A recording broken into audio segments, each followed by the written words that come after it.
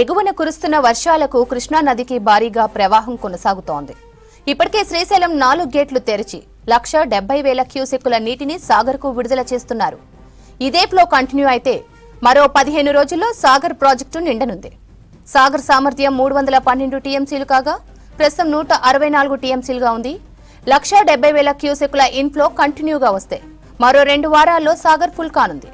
సాధారణంగా ఆగస్టు చివరి వారం లేదా సెప్టెంబర్లో శ్రీశైలానికి వరద వచ్చేది. ఈసారి జూన్ నుంచే ఎగువన వర్షాలు కురుస్తుండటంతో భారీగా ప్రవాహం ఉంది. దీంతో 3 వారాల ముందే శ్రీశైలం గేట్లు ఓపెన్ చేశారు.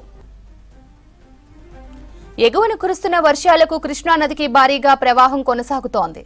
ఇప్పటికే శ్రీశైలం 4 గేట్లు తెరిచి 1,70,000 క్యూసెక్కుల నీటిని సాగర్కు విడుదల చేస్తున్నారు. ఇదే ఫ్లో కంటిన్యూ అయితే మరో 15 రోజుల్లో సాగర్ ప్రాజెక్టు నిండనుంది. సాగర్ సామర్థ్యం 312 టీఎంసీలు కాగా ప్రస్తుతం 164 టీఎంసీలుగా ఉంది. 1,70,000 క్యూసెక్కుల ఇన్ఫ్లో కంటిన్యూగా వస్తే మరో 2 వారాల్లో సాగర్ ఫుల్ కానుంది. సాధారణంగా ఆగస్టు చివరి వారం లేదా సెప్టెంబర్లో శ్రీశైలానికి వరద వచ్చేది. ఈసారి జూన్ నుంచే ఎగువన వర్షాలు కురుస్తుండటంతో భారీగా ప్రవాహం ఉంది. దీంతో 3 వారాల ముందే శ్రీశైలం గేట్లు ఓపెన్ చేశారు. ఇదే విషయంపై మరింత సమాచారం శ్రీశైలం అందిస్తారు. శ్రీశైలం, కృష్ణా నదిలో వరద ప్రవాహంపై అప్డేట్స్ ఏంటి? కృష్ణా నది పరివాహక ప్రాంతంలో మన రాష్ట్రానికి ఎగువ ప్రాంతాల్లో కురుస్తున్నటువంటి భారీ వర్షాల కారణంగా కృష్ణా నదికి భారీగా వరద వచ్చి చేరుతుంది. దీంతో కృష్ణా పరిధిలో ఉన్నటువంటి ప్రాజెక్టులన్నీ కూడా జలకలను సంతరించుకుని ఎగువన కర్ణాటకలో ఉన్నటువంటి ప్రాజెక్టులో కూడా పూర్తి స్థాయిలో నీటి మట్టాన్ని చేరుకొని దిగువకు 1,00,000కు పైగా క్యూసెక్లను నీటిని విడుదల చేస్తున్నారు. ఆల్మట్టి, నారాయణపూడి 2 ప్రాజెక్టు నుంచి కూడా 1,15,000 క్యూసెక్ల చొప్పున దిగువకు నీటిని విడుదల చేస్తున్నారు. ఆ తర్వాత జూరాల్లో కూడా భారీగా నీటి ప్రవాహం వచ్చి చేరుతుంది. ఇప్పటికే ఆ ప్రాజెక్టు గేట్లు ఎత్తి దిగువకు నీటిని విడుదల చేశారు.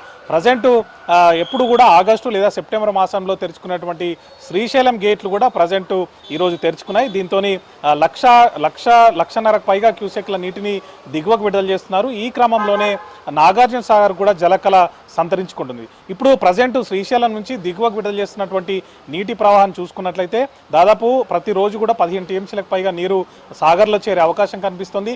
ఈ విధంగా 15 రోజుల పాటు ప్రవాహం కొనసాగితే కనుక ఖచ్చితంగా ఈ నెలలోనే నాగార్జున సాగర్ ప్రాజెక్టు కూడా పూర్తి స్థాయి నీటి నిల్వకు చేరే అవకాశం కనిపిస్తుందని ఇరిగేషన్ శాఖ అధికారులు అంచనా వేస్తున్నారు. సాధారణంగా శ్రీశైలం ప్రాజెక్టుకు ఎగువ ప్రాంతంలో కురిసిన వర్షాలు కానీ మన రాష్ట్ర పరివాహక ప్రాంతంలో కృష్ణా పరివాహక ప్రాంతంలో కురిసే వర్షాలకు తోడు స్థానికంగా కురిసేటువంటి వర్షాలతోని ఎక్కువగా వరద అనేది వచ్చి చేరుతుంది. అయితే అదంతా కూడా ఆగస్టు లేదా సెప్టెంబర్లో జరుగుతుంటుంది. ఎప్పుడైనా కూడా మనం గతేడాది చూసుకున్నట్టయితే జూలై 30 నాడు శ్రీశైలం గేట్లు తెరుచుకునే అప్పటి వరకు కూడా ఎగువ ప్రాంతంలో కానీ కృష్ణా పరివాహక ప్రాంతంలో కానీ అంతగా వర్షాలు లేకపోవడం, పరివాహక ప్రాంతంలో కురిసిన వర్షాలు కూడా లేకపోవడంతో కృష్ణా నదికి వరద ప్రవాహం అంతగానే ఉంది. కానీ ఈ సంవత్సరం మాత్రం ఋతుపవనాలు ముందస్తుగానే పలకరించాయి. దీంతో ముందుగా కురుస్తున్నట్టు వర్షాల కారణంగా ఎగువ ప్రాంతం నుంచి భారీగా వరద వచ్చి చేరుతోంది. దీంతో కృష్ణా పరివాహక ప్రాంతం కూడా ఆ ప్రాంతంలో ఉన్నటువంటి ప్రాజెక్టులన్నీ కూడా నీటితోని కలకలాడుతున్నాయి. ప్రజెంటు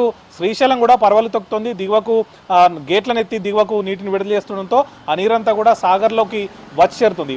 ఇప్పుడు ఈ ప్రవాహం ఈ విధంగానే కొనసాగితే 15 రోజులు లేదా 20 రోజుల్లోనే సాగర్ ప్రాజెక్టు పూర్తిగా నిండే అవకాశం కనిపిస్తుంది. తద్వారా ఇది రైతులకు ఒక గుడ్ న్యూస్గానే మనం చెప్పుకోవాలి. ఎందుకంటే సాధారణంగా జూలై అంటే ఆగస్టు లేదా సెప్టెంబర్లో శ్రీశైలం గేట్లు ఎత్తితే తప్ప సాగర్కు నీటి ప్రవాహం అని ఉండదు. సాగర్ నిండితే తప్ప సాగరు ఆయకట్టు కింద ఉన్న రైతులు పంటలు సాగు చేసుకోవాలని పరిస్థితుంది. లేదు అంటే స్థానికంగా వర్షాలు కురవాలి. వర్షాలు కురిసినప్పటికీ కూడా స్థానిక రైతులు పంటలు వేసుకోవాలంటే కొంచెం ఇబ్బందిగానే ఉంటుంది. కానీ ఇప్పుడు ప్రాజెక్టు నిండితే కనుక ఆ ప్రాజెక్టు కింద ఆయకట్టు రైతులందరూ కూడా ముందుగానే పంటలు సాగు చేసుకునే అవకాశం కనిపిస్తుంది. తద్వారా రైతులకు అకాల వర్షాల నుంచి ముప్పు కూడా తప్పే అవకాశం ఉంటుంది. దాంతోపాటు విస్తీర్ణం కూడా పెరిగే అవకాశం ఉంటుంది. ఎందుకంటే వర్షాల మీద ఆధారపడి పంటలు సాగు చేసే రైతులందరూ కూడా ఆకాశం వైపు చూస్తూ వర్షాలకు అనుగుణంగా పంటలు సాగు చేస్తుంటారు. కానీ ఇప్పుడు ప్రాజెక్ట్ నిండితే కనుక దాని నుంచి ఖచ్చితంగా నీళ్లు పంటకు అంత అయినటువంటి ఒక నమ్మకం, భరోసా అనేది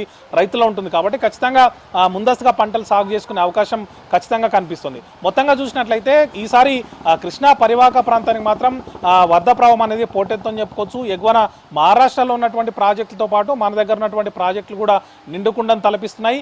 ఈ వర్షాలు ఈ విధంగా కొనసాగితే ఖచ్చితంగా అన్ని ప్రాజెక్టులు కూడా పూర్తిస్థాయి నీటి నిల్వను సంతరించుకునే అవకాశం కనిపిస్తుంది. శ్రావంతి.